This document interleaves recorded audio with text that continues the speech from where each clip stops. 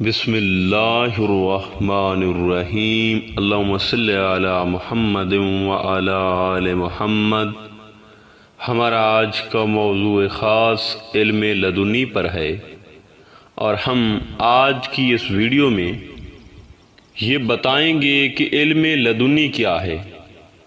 اور علم لدنی کیسے حاصل ہوتا ہے۔ دیکھیں، جو روحانیت اور تصوف اور طالب مولا ہیں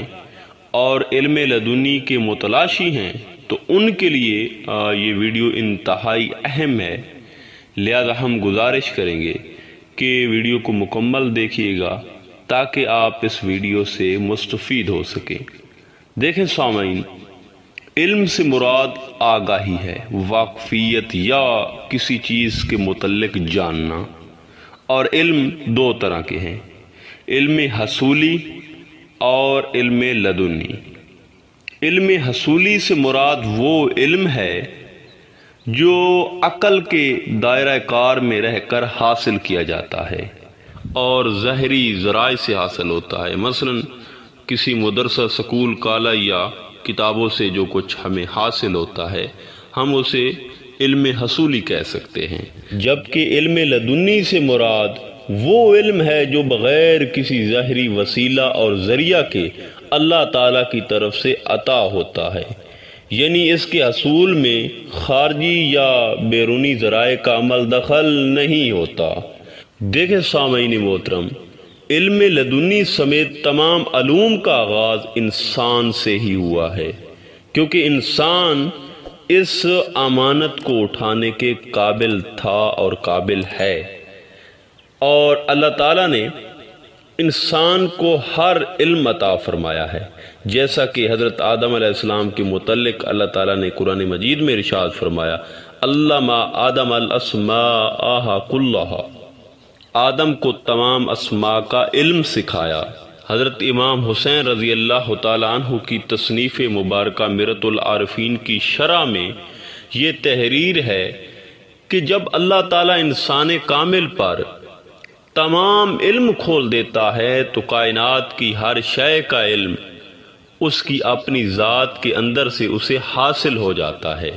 اور کسی بھی شے کے متعلق جاننے کے لیے اس شے کی طرف اسے رجوع نہیں کرنا پڑتا، بلکہ اسے خود بخود اس کا علم ہو جاتا ہے، جیسا کہ حضور پاک صلی اللہ علیہ وآلہ وسلم نے ارشاد فرمایا، میں تمام کائنات کو اپنی ہتھیلی کی پشت پر دیکھتا ہوں۔ اور اسی طرح حضور پاک صلی اللہ علیہ وآلہ وسلم کے وسیلہ سے یہ نعمت اولیاء کرام کو بھی ملی ہے۔ حضرت سخی سلطان باہو رحمۃ اللہ علیہ خود اپنے متعلق فرماتے ہیں، مجھے اور محمد صلی اللہ علیہ وآلہ وسلم کو ظاہری علم حاصل نہیں تھا، لیکن واردات غیبی کے سبب علم لدنی کی فتوحات اس قدر تھی کہ کئی دفتر درکار ہیں، بلکہ آپ رحمت اللہ علیہ فرماتے ہیں، ہے تالیف ندر تصنیف ما، ہر سخن تصنیف ما را از خدا، علم از قرآن گرفتم اوزا حدیث، ہر کے منکر میشود اہل از خبیث۔ میری تصنیف میں کوئی تالیف نہیں ہے، اور میری تصنیف کا ہر حرف اللہ تعالیٰ کی طرف سے ہے، اس میں بیان کردہ ہر علم قرآن و حدیث کے مطابق ہے، اور جو کوئی اس کا منکر ہے وہ خبیث ہے۔ حضرت سخی سلطان باہو رحمت اللہ علیہ کے مدرجہ بالا فرمان سے یہ واضح ہوتا ہے کہ آپ کی تمام تر تصانیف الہامی ہیں، کیونکہ آپ نے کوئی بھی ظاہری علم حاصل نہیں کیا تھا، لیکن پھر بھی اللہ تعالیٰ کی طرف سے عطا کردہ علم لدنی کی بنا پر آپ نے 140 کتب تحریر فرمائی۔ حضرت سخی سلطان باہو رحمت اللہ علیہ فرماتے ہیں کہ علم غیب کو خاص طور پر صرف خدا جانتا ہے، اور خدا اپنے خاص بندوں کو یہ خاص علم سکھاتا بھی ہے، جیسا کہ علم لدنی ہے، اور بندے کے دل کے اندر سے دلیل اور خیال پیدا ہوتا ہے اور وہ راہ باطن سے آگاہ ہو جاتا ہے، اور بعض کو قرب قدرت الہی سے الہام اور پیغام ملتا ہے، اور آپ فرماتے ہیں یہ راہ حضرت محمد صلی اللہ علیہ وآلہ وسلم کی عطا کردہ ہوتی ہے، اور جو اس سے انکار کرتا ہے وہ مردود اور سیاہ باطن ہو جاتا ہے۔ دیکھیں سامعین، اللہ تعالیٰ کی ذات غیب میں ہے اور ظاہری آنکھوں سے پوشیدہ ہے۔ اس ذات کو دیکھنا اور اس کی معرفت کا علم حاصل کرنا بھی علم لدنی میں شامل ہے، بلکہ ہر ظاہر اور غیب شے کا حقیقی علم اگر اللہ تعالیٰ باطنی طور پر انسان کے قلب پر وارد فرمائے تو وہ بھی علم لدنی ہوتا ہے۔ دیکھیں سامعین، قرآن پاک میں علم لدنی کے حوالے سے بے شمار مثالیں موجود ہیں کہ اللہ تعالیٰ نے بذریعہ علم لدنی اپنے انبیاء یا ان سے متعلقہ لوگوں سے کلام کیا، جیسا کہ حضرت موسیٰ علیہ السلام کی والدہ کو علم لدنی کے ذریعے یہ خبر دی گئی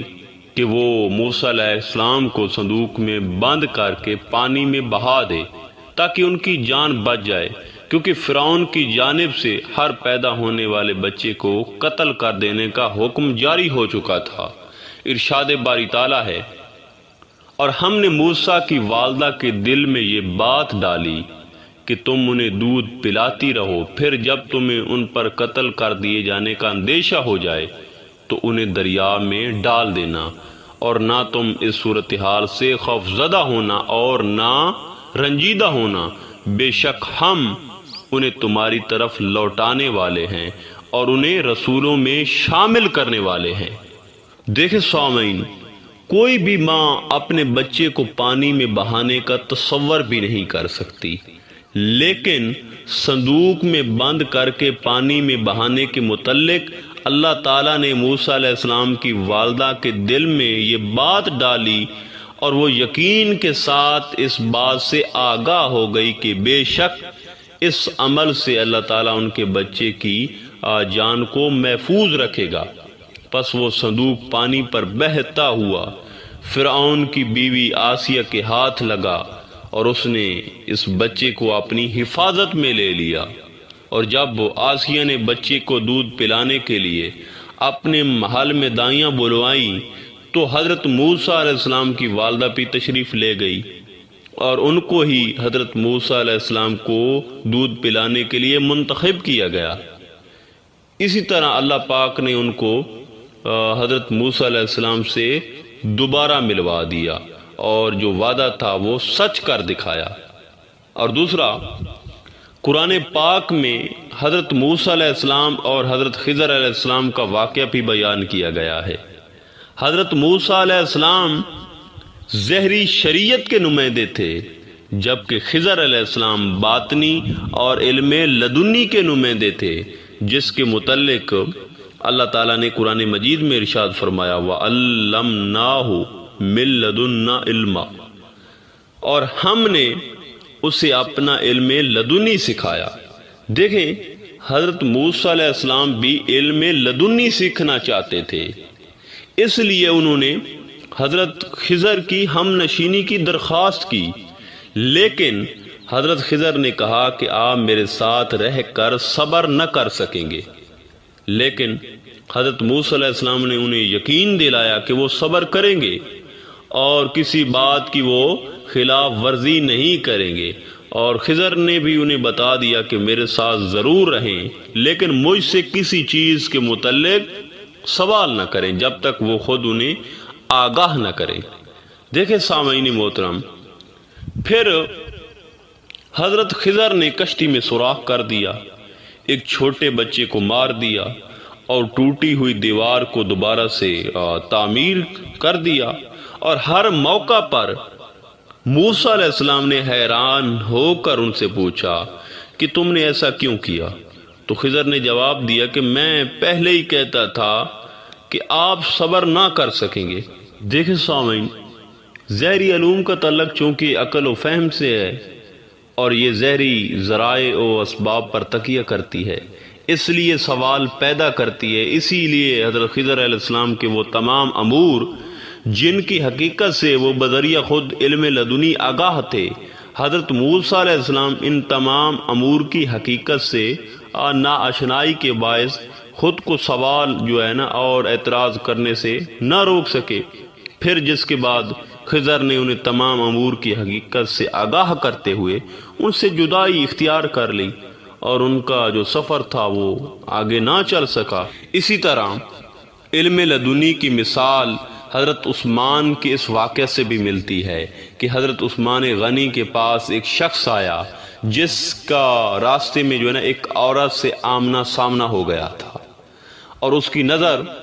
اس عورت پر پڑ گئی تھی۔ حضرت عثمان رضی اللہ تعالیٰ عنہ نے اسے فرمایا کہ تم میں سے بعض لوگ ہمارے پاس آتے ہیں کہ ان کی آنکھوں میں زنا کا اثر ہوتا ہے۔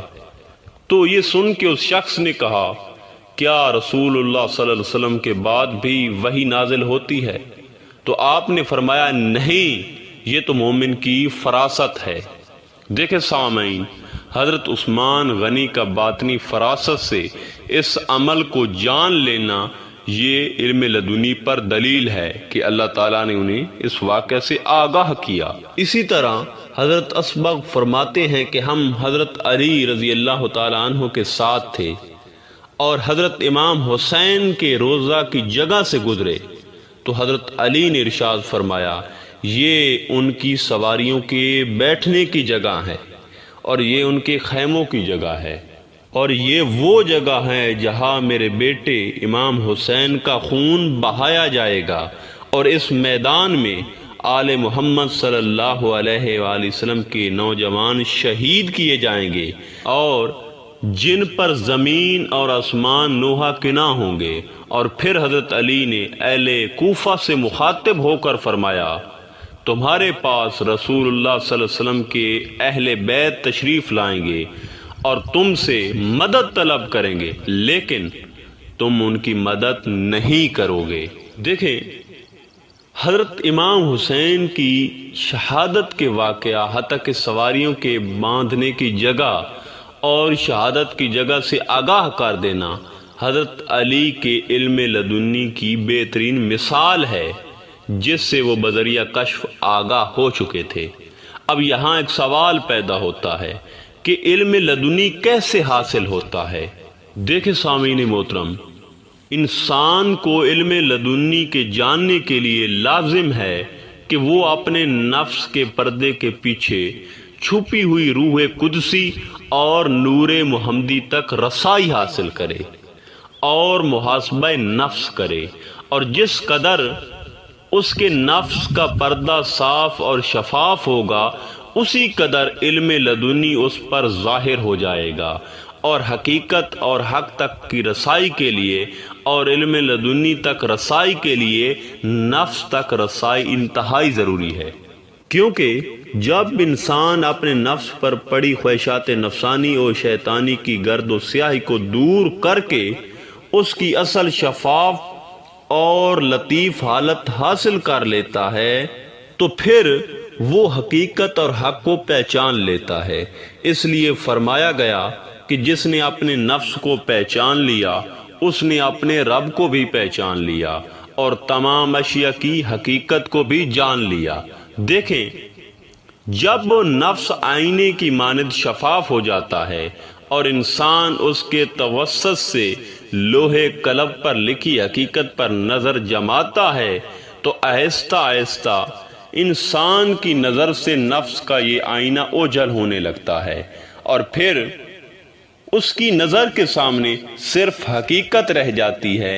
اور علم لدنی اس پر عیاں ہو جاتا ہے، اور پھر وہ اپنے نفس سے غائب ہو جاتا ہے، یعنی نفس موجود ہو کر بھی نہیں رہتا، اور یہ حالت صرف انسان کامل کے لطیف نفس کی ہے، کیونکہ نفس وہ شے ہے جو انسان اور رب کے درمیان حائل ہے۔ دیکھیں، آپ کے سامنے قرآن و حدیث اور سلطان العارفین کی مثالیں رکھی ہیں، انہیں یہ سب کچھ نفس کا تزکیہ کرنے سے حاصل ہوا ہے۔ اسی طرح دیگر وہ لوگ جو نفس کو پاک کرتے ہیں اور اپنا باطن روشن کرتے ہیں، انہیں اللہ تعالیٰ بذریعہ وہم، الہام، مراقبہ، تفکر یا کشف کے ذریعے علوم عطا کرتا ہے اور کرتا رہے گا۔ اسی طرح جب ایک طالب مولا اللہ کی معرفت اور قرب کے حصول کے لیے ایک مرشد کامل اکمل کی بارگاہ میں حاضر ہوتا ہے تو مرشد کامل اکمل اس طالب کے نفس کا تزکیہ کر کے اسے علم لدنی بھی عطا کرتا ہے، جس کی بدولت طالب جو ہے نا وہ اللہ کی معرفت حاصل کر پاتا ہے، اور مرشد اپنے سینے سے علم لدنی طالب کے سینہ میں منتقل کر کے اس کو ایک عام طالب سے ایک سچا مخلص اور وفادار عاشق بنا دیتا ہے۔ اور یہ تب ممکن ہوتا ہے جب مرشد کامل ہو اور طالب اپنی وفا، خلوص اور یقین سے اس کامل مرشد کو راضی کرتا ہو۔ اور دوسرا، انسان جس قدر اپنے نفس کو پہچان کر مطمئنہ کا مقام حاصل کرے گا، اسی قدر اسے علم لدنی حاصل ہوتا جائے گا۔ دعا ہے کہ اللہ تعالی ہر انسان کو علم لدنی کی نعمت سے بہرہ مند فرمائے۔ انشاءاللہ تعالی ملتے ہیں ایک نئے موضوع میں، تب تک اللہ نگہبان۔